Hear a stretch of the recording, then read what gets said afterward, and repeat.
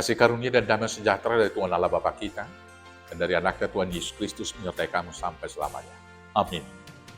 Selamat pagi saudaraku, mari kita memuliakan Tuhan dengan semua aktivitas kita dipandu firman Tuhan dari Matius 12 ayat 35. Tapi saya akan bacakan ayat 35 sampai ayat 37. Demikian firman Tuhan. Orang yang baik mengeluarkan hal-hal yang baik dari perbendaharaannya yang baik. Dan orang yang jahat mengeluarkan hal-hal yang jahat dari perbendaharaannya yang jahat. Tetapi aku berkata kepadamu, setiap kata sia-sia yang diucapkan orang harus dipertanggungjawabkannya pada hari penghakiman.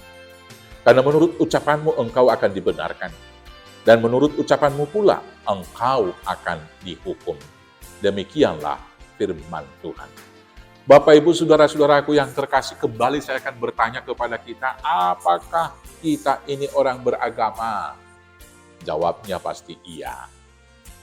Apakah kita ini orang Kristen? Jawabnya iya. Apakah kita ini pengikut Kristus? Ya, karena kita Kristen. Kemudian, apakah kita orang beriman? Itu kembali kepada saudara beriman. Selanjutnya, apakah kita orang baik? Apakah kita orang baik?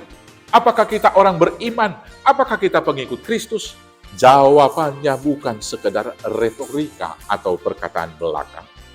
Tetapi firman Tuhan mengatakan di dalam ayat 33b dalam Matius 12 ini, sebab dari buahnya lah pohon dikenal. Kita dikenal orang baik atau orang jahat. Pengikut Kristus atau orang beriman adalah dari buahnya. Dari mana? Dari perkataan kita. Demikianlah kita, walau kita orang baik, pastilah kita mengeluarkan hal-hal yang baik dari perbendaharaan kita, dari hati kita. Sebaliknya orang jahat juga demikian. Dia akan mengeluarkan hal-hal yang jahat dari perbendaharaannya.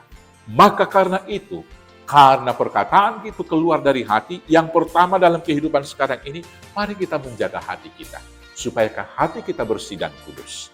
Dalam Amsal 4 ayat 23 dikatakan di sana, jagalah hatimu dengan seksama, sebab dari sanalah mengalir air kehidupan. Hati kita hendaknya dikuasai oleh Roh Kudus. Maka hati yang dikuasai oleh Roh Kudus, perkataan yang keluar dari sana adalah perkataan kebenaran, bukan kebohongan.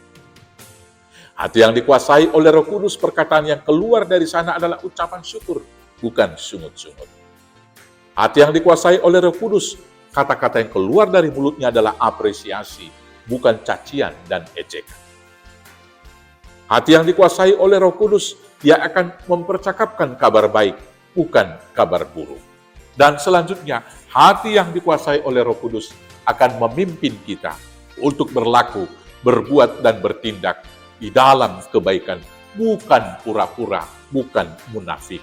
Karena itu, saudara-saudaraku yang terkasih, marilah kita memperkatakan hal yang baik, supaya menurut itu kita dihukum dan diadili, sehingga dalam perkataan-perkataan yang baik, kita mendapat berkat Tuhan. Tuhan Yesus memberkati. Amin. Kita bersatu dalam doa. Terima kasih Bapa yang baik, biarlah hati kami tetap suci dan membuahkan buah roh, sehingga apa yang kami ucapkan adalah betul-betul menghasilkan perkataan-perkataan yang baik, berkat bagi banyak orang dan kemuliaan bagi nama Tuhan. Di dalam Yesus Kristus Tuhan, Juru Selamat kami yang hidup. Amin. Selamat beraktivitas, Tuhan Yesus memberkati. Horas, horas, horas.